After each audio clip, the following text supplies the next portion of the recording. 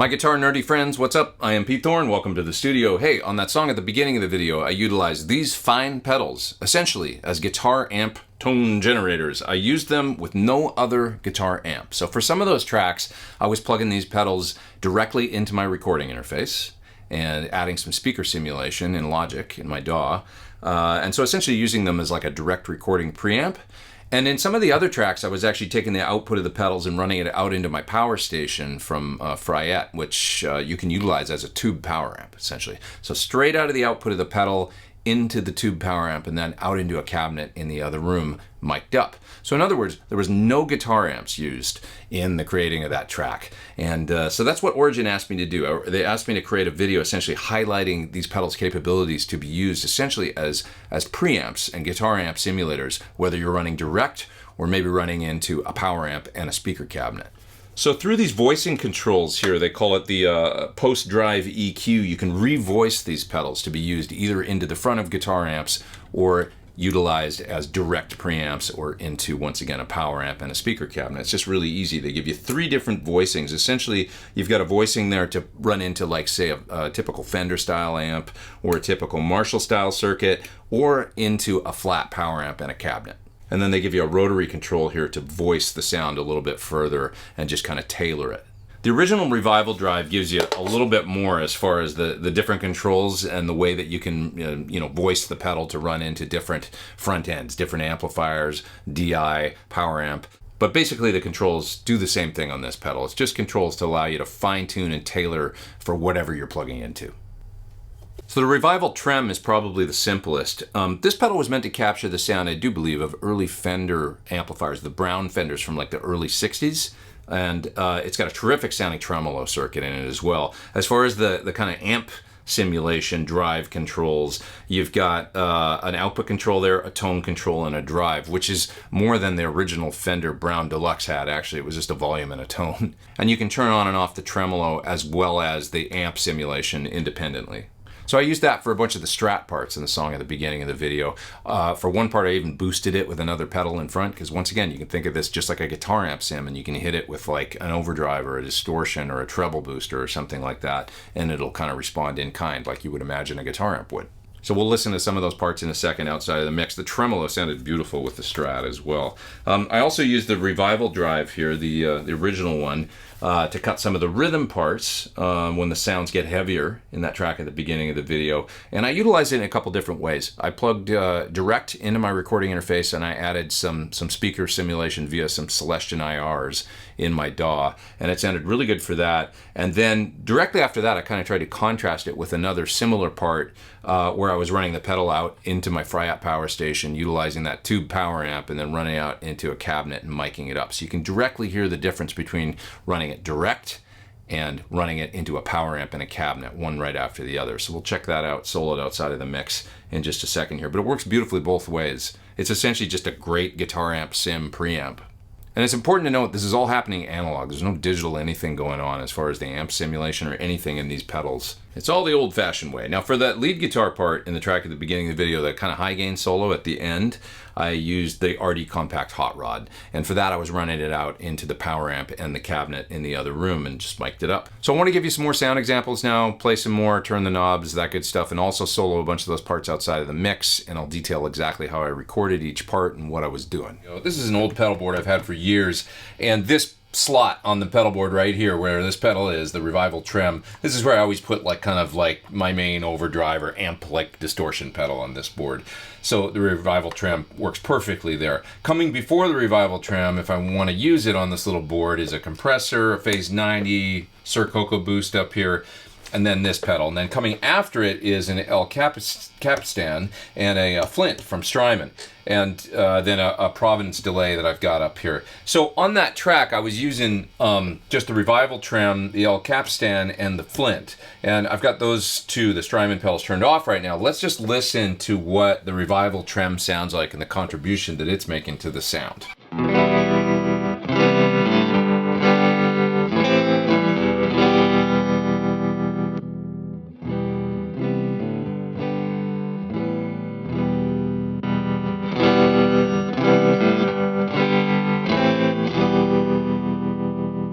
It really is like the whole guitar sound. It's all the tone, and it just gives a beautiful amp-like character, as well as the gorgeous tremolo that's in it, to the sound. Now, I'm also using speaker simulation, so I've got Speaker Mix Pro up on the track that I'm recording on in the computer from Celestion. So it's basically an IR of like a 210 open back cabinet with Celestion Golds in it. But, you know, other than the speaker sim, you're just hearing this pedal doing all that tone. So just to be super clear, yes, I know this little pedal board's a mess. It's been well used. So guitar in here, and then I'm running through the tuner, and I'm going next, I do believe, into the compressor, then the phaser, then into here, I do believe, and then I hit the revival trem. Come out of there and I go into the delay, into the flint, and this is kind of the optional spot for pedals. This is a Providence delay I was using for something a while ago. And then I'm coming out of the board and literally going right, what a mess. And then literally right into my recording interface, right into a high Z input right there. You could put speaker simulation on the board easily using something like one of those 2 notes, like the small pedal, the small version of the Torpedo, something like a Moore Radar or a NuX Solid Studio. You just add something like that on the board, and you would have a self-contained pedal board that you could take and either plug in at sessions right into a DI or something, go right into a computer, or, you know, at a gig, you could just go right to the mixing console and you would have that great amp sound. It's really pretty amazing sounding, I think. So this pedal does those, you know, Fender tones really, really beautifully. I'll turn off the tremolo just for a second.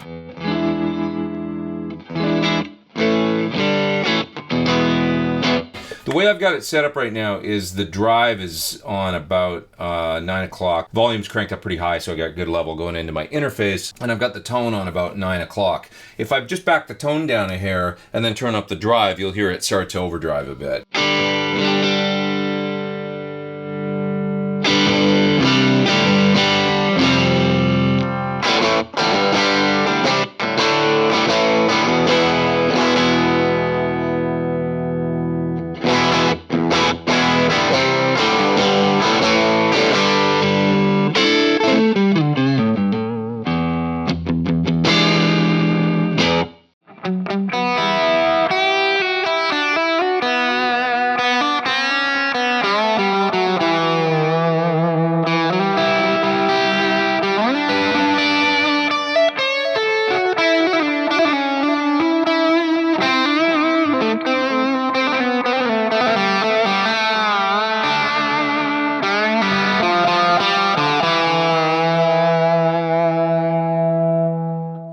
So for the Strat solo that comes in sort of in the second part of the first half of the tune, I'm stacking a couple different pedals. So without anything on, basically no tone, turning on the revival trem,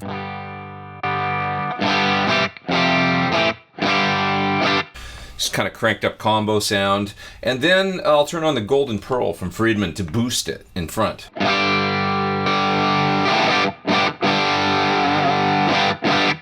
Which sounds pretty cool, and then I'll hit the El Capistan.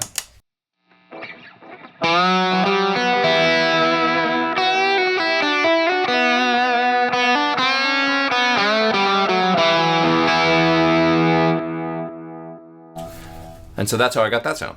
And once again, this is a direct sound running right out of my pedal board, straight into my recording interface, and then using speaker simulation in Logic via Speaker Mix Pro from Celestion.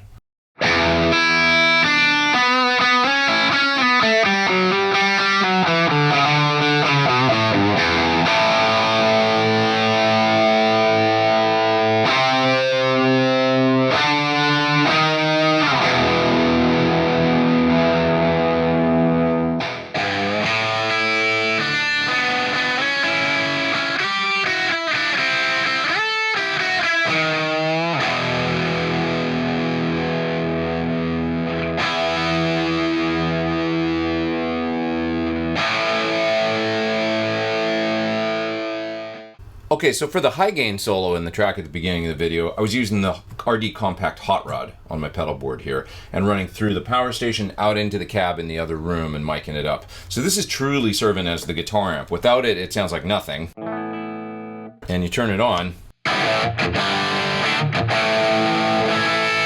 So this is really, giving me all the tone shaping. I've got the voicing switch here to allow you to plug the pedal into different things, switched up into the power amp position, of course, and if I switch it into another position, you'll hear it get really dark. The other positions are for like running in front of a guitar amp.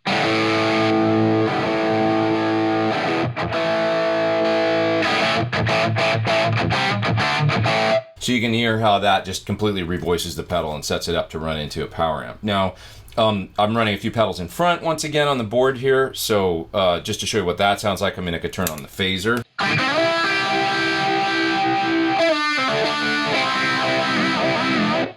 Right, that would be cool, it sounds good. The Cocoa Boost would sound like this.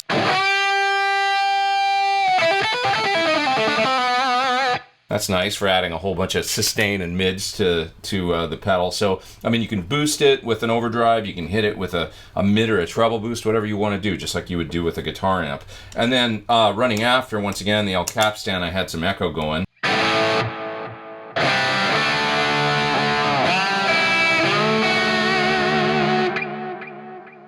So pretty cool. And then beyond that, it's just, changing up the knobs on the pedal to get a different voicing. I've got a pretty high gain sound going right now.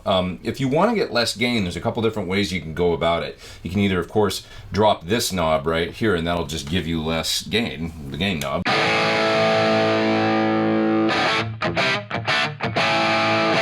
But you can also do this. You could leave it up high and then turn down this blend knob right here.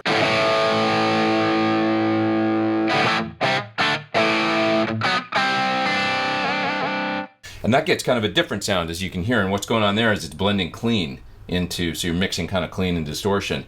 And it's kind of cool actually, because you can up the gain quite high, but then just put a little bit of clean in the signal, and it gives you this tight, punchy, really fast articulation. One of the things that makes the Revival Drive pedal, the original one, the big one, really cool to me is this ghost control right here. It simulates ghost notes, which is a phenomenon that used to happen on old Marshall amplifiers, and as well as AC30s. It really does it a lot. From the late 60s. As those amplifiers, well, certainly the Marshalls anyway, move into the 70s, they added what's called more filtering to the amplifiers to get rid of this ghost note phenomenon. And it had the effect of kind of stiffening them and tightening them up. Some people might like that, but other people kind of dig the old versions of those amps, the late 60s, and those had these ample ghost notes. So what is a ghost note? Well, I can show you with this control because they've simulated it beautifully in the pedal with the ghost note control. So if I play up around the 12th fret on the G string and then I turn it up,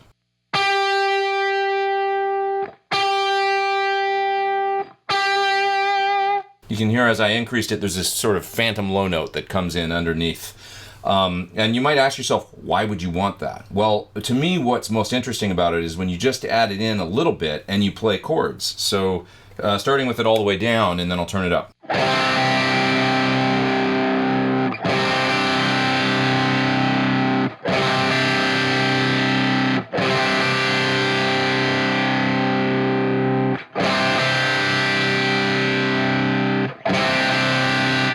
Do you hear the sound get thicker when I turn it up? So that is part of what ghosting does. As soon as you play more than one note at a time, you don't hear that harmonic underneath. All the notes just kind of blend together with the distortion, and it just fattens up the sound and kind of thickens it. And it's just part of that magic old amp je ne sais quoi that is part of the tone. I don't know how else to describe it. So it can sound really cool on dyads and on, I don't even mind it on single notes. I don't hear it on the single notes once the guitar is in a mix. It's so low below the main note that it just kind of thickens the note actually and fattens it, and it gives it character. So I dig that they put that control on this pedal a lot, and you can take advantage of that whether you're using the pedal in front of an amp or on a pedal board, using it as a preamp in the setup I'm using it like in right now into a cabinet, or direct, recording with speaker simulation.